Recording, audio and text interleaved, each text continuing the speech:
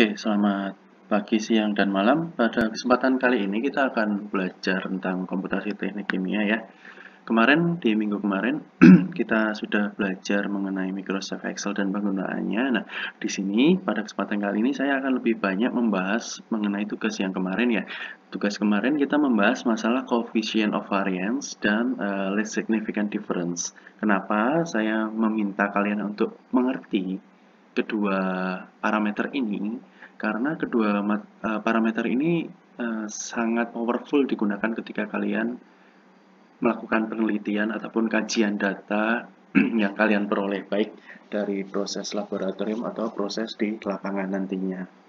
Nah, seperti yang sudah kalian tahu bahwasanya coefficient of variance itu menandakan penyimpangan data yang kalian ambil ketika kalian lakukan di penelitian ataupun di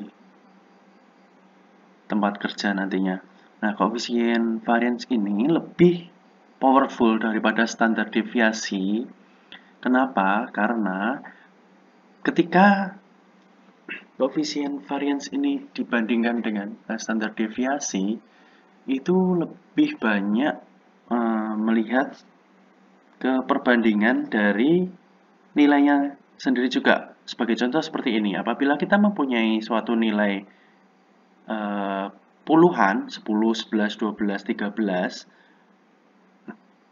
dengan kita mempunyai nilai 200 atau 2000, 2000, 3000, 4000 lah, sekitar ribuan, itu nilai standar deviasinya mungkin akan berbeda.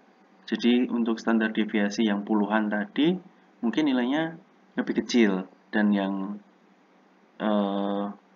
ribuan itu akan lebih besar, tapi belum tentu nilai yang standar deviasi yang ribuan itu nilainya lebih jelek daripada standar deviasi dari yang puluhan. Nah, oleh karena itu biasanya kita menggunakan coefficient of variance ini dalam mengambil keputusan apakah data kita yang kita peroleh itu bagus, akan bisa diolah atau enggak. Nah, di komputasi ini merupakan suatu tahapan awal lah ketika kita memperoleh data penelitian ataupun data dari pekerjaan nantinya. Dan di sini ada syaratnya ya. Untuk coefficient of variance ini, itu nilainya bisa dilihat di sini. Ini dari Diana ya, ini sudah benar. Jadi kondisi koefisien variasi itu baik digunakan itu ketika kurang dari atau sama dengan 25%. Sedangkan angka 25% sampai 50% itu dapat digunakan dengan catatan, dan lebih dari 50% itu kurang baik. Nah, kalau menurut hemat saya, kita menggunakan syarat pertama ini saja yang kita gunakan dalam proses pengolahan lanjutan dalam proses komputasi teknik kimia. Ketika nilai CV-nya itu kurang dari 25%, maka jangan digunakan data tersebut. Nah, bagaimana cara kita mencapai nilai kurang dari 25%? Kita lihat CV ini untuk membuat nilainya kurang dari 25% ya. CV itu kan rumusnya dari nilai rata-rata dibagi standar deviasi ya. Nah, di sini bisa dilihat, berarti kalau dilihat nilai rata-rata dan standar deviasi ini akan lebih bagus nilainya ketika data yang kita peroleh itu semakin banyak. Sebagai contoh, kalau kita misal melakukan perhitungan pH gitu ya, perhitungan pH sebanyak 2 kali dengan perhitungan pH sebanyak 10 kali, maka nilai CV-nya akan lebih baik ketika perhitungan pH sebanyak 10 kali. Kenapa? Karena terkadang dalam pengambilan data itu, misal kita mengambil data 10 ya, mengambil data 10 itu kalau kita ngitung nilai CV-nya yang kurang bagus, kita bisa mengeluarkan data tersebut. Misal kita hanya bisa menggunakan 5 data dari 10 tersebut. Nah, dari 5 data itu kita pilih yang bagus yang mana, yang memberikan nilai CV-nya yang bagus. Seperti itu. Nah, kalau kita cuma punya 2, kita nggak punya cadangan data untuk mengeksklut data tersebut. Jadi, ada baiknya ketika kalian melakukan penelitian, itu nilai CV itu ditingkatkan dengan banyaknya data yang kita ambil dengan parameter yang sama. Nah, kalau misal kita eh, ada pertanyaan, berapa sih Pak standar data yang bagus? Nah, standar data yang bagus itu biasanya adalah triplo karo penelitian ya. Jadi kalau kita mau eh, melakukan penelitian dan memperoleh data yang bagus, itu ada 3 pengulangan. Nah, kita jangan berhenti di 3 pengulangan saja. Ketika kita nantinya melakukan penelitian, sebisa mungkin kita misal menggunakan 5 penelitian, 5 data penelitian. Kenapa?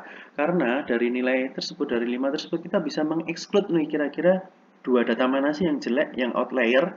Makanya kita menggunakan 5, kita mengambil 5, tapi kita perlilih 3. Nah, itu salah satu trik dalam penelitian. Nah, itu untuk menghasilkan nilai CV yang bagus. Jadi, banyaknya data yang kalian ambil ketika penelitian. Itu salah satu contohnya. Nah, CV ini sangat berpengaruh terhadap kualitas penelitian kalian yang kalian lakukan. Ketika nilai CV kalian itu kurang dari 25%, maka penelitian kalian itu sangat validated dan reliability-nya itu sangat tinggi. Jadi dapat dipercaya dan dapat diulang gitu ya. Dengan nilai CV kurang dari 25%. Jadi harapannya kenapa saya meminta kalian belajar ini itu banyak karena ini sangat powerful sekali. Salah satunya yaitu tadi kita mengetahui data mana yang baik, kemudian kita bisa melakukan replicate data dan CV ini sebagai screening awal ketika kita mau mengolah data penelitian kita. Kalau nilai data penelitiannya CV-nya kurang dari 25%, saya sarankan kalian mengulang penelitian kalian seperti itu. Sebagai catatan, jika data yang kalian ambil itu menyimpang, misal tidak sesuai hipotesis, asal CV-nya bagus, maka kalian harus percaya dengan nilai CV tersebut. Tidak ada penelitian yang gagal. Maksud saya seperti ini, apabila penelitian kalian itu tidak sesuai dengan hipotesis, tapi nilai CV-nya itu kurang dari 25%, berarti memang penelitian itu sejalan atau sesuai dengan yang ada seperti itu, apa adanya kayak gitu. Jadi kalian harus mengganti hipotesis kalian menjadi arah yang sebaliknya. Nah, kenapa? Nah, jadi dipertanyakan kembali, kenapa hipotesis itu tidak terjadi? Nah, itu yang menjadi critical thinking dari seorang peneliti. Kemudian, cara penghitungan ini saya yakin kalian sudah bisa lah. Oh, ini mudah soalnya digunakan di Excel. Kemudian, kita akan belajar apa itu LSD ya. Nah, LSD ini juga penting. Kenapa? Ini biasanya LSD ini digunakan dalam membandingkan result. Jadi misal tadi CV itu banyak digunakan untuk data awal atau biasanya sebagai X atau variabel tidak terikat ya. Kalau ini LSD ini lebih banyak digunakan sebagai Y, variabel terikat. Nah, ketika hasil penelitian kita sudah ada dan itu menghasilkan data kuantitatif, jadi ada nilainya di situ, maka satu hal yang perlu dicermati adalah nilai LSD ini. Nah, kenapa? Karena seperti saya jelaskan lagi, ketika kita melihat angka 10, 10,5, 12, kemudian 11,2. Nah, itu secara eh, angka itu tidak beda jauh ya antara 10, 11,2, 10,5 dan kemudian misal 10,1 seperti itu. Tetapi dengan metode LSD ini kita bisa tahu persis grouping mana yang kira-kira masuk dari angka-angka tersebut. Sebagai misal contoh 11,5 itu ketika di LSD dia nilainya A. Kemudian 10 itu nilainya adalah AB. Kemudian ada nilai 9,8 itu adalah B. Nah, ini membandingkan apa? Grouping mereka sudah berbeda sehingga nilai tersebut itu sangat berbeda satu dengan yang lain. Jadi bisa dibandingkan dengan nyata nilai tersebut.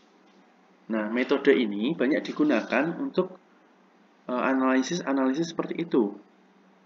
Jadi misal kita menerapkan suhu 40 derajat, tekanan 1, itu menghasilkan yieldnya 0,8. Kemudian kalian menaikkan suhunya menjadi 50 dan P-nya tetap 1, dia yield-nya menjadi 0,805 seperti itu ya. Kemudian dinaikkan menjadi 2890 derajat, kemudian yield-nya menjadi 0,85. Nah, di sini akan kelihatan bahwasanya 0,85 ini akan beda nyata dengan uji LSD ini dengan 0,805 dan 0,8. Nah, di sini maka titik optimumnya adalah 0,85 tersebut. Jadi 0,85 ini dapat diambil sebagai hasil maksimum karena merupakan nilai yang beda nyata dengan nilai yield yang lain. Nah, ini banyak nggak diajarkan di teknik kimia yang ada ya, karena kebanyakan di teknik kimia itu kita secara komputasi itu akan belajar diferensial dan perhitungan numeris. Tetapi saya memasukkan mata kuliah ini atau bab ini sebagai landasan kalian dalam proses perhitungan komputasi, baik input maupun outputnya. Hasil output komputasi itu mau kalian apakan, nilai 0,8, 0,85 dari yield yang kalian hasilkan dari proses komputasi itu kalian mau apakan? Ini jawabannya ada di LSD salah satunya. Seperti itu. Jadi penerapannya itu bisa bermacam-macam. LSD dan CV ini. Nah, lebih banyak, kalau kalian lebih banyak baca literatur, mungkin akan lebih banyak membantu ya. Tetapi secara garis besar, LSD dan coefficient of variance ini sangat penting digunakan dalam suatu proses komputasi. Semoga bermanfaat ilmu yang ada dan kalian sudah baca sendiri. Kurang lebihnya, saya mohon maaf kalau ada yang salah ya. Kalau ada pertanyaan langsung saja kita bisa sharing. Terima kasih. Assalamualaikum warahmatullahi wabarakatuh.